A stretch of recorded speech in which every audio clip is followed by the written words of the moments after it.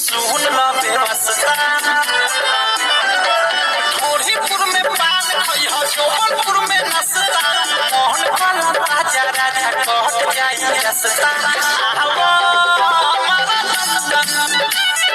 जाता रहो तू तो London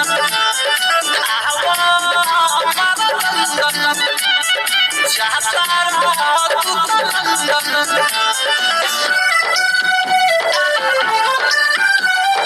Music by Vikesh Bhojpuria.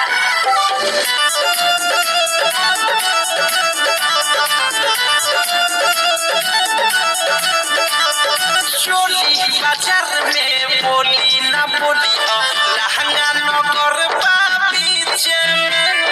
गलिया गली में मोलिया सा पास बनोट गीचे में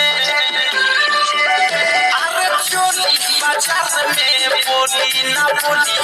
लहंगा नगर पीछे में गलिया गली में मोलिया सा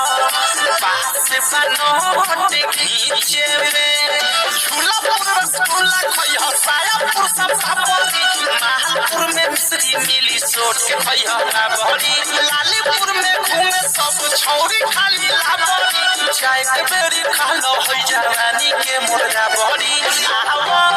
हमारा लंदन जाता रहो तू तो लंदन आवा हमारा लंदन